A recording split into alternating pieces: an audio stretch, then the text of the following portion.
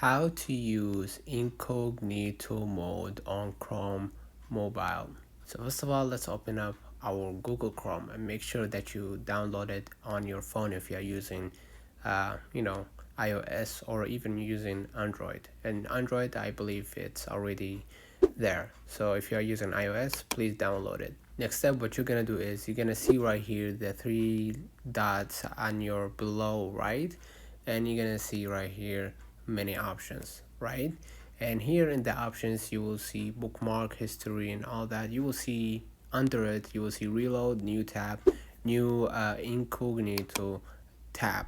And then new incognito tab is you can browse privately and other people who use this device won't see your activity. However, downloads, bookmarks, and reading lists items will be saved. So basically, if you want to use the browser privately and you're using another phone, no one will know or see you are active. All right. Or even if you are using a Google account, right, and people see you are active on Google, right, if you went to incognito, no one will know that you are actually active and you are doing your research. Let me know in the comments if this video helped you. Don't forget to like and subscribe, turn on the notification bell to receive every video we upload.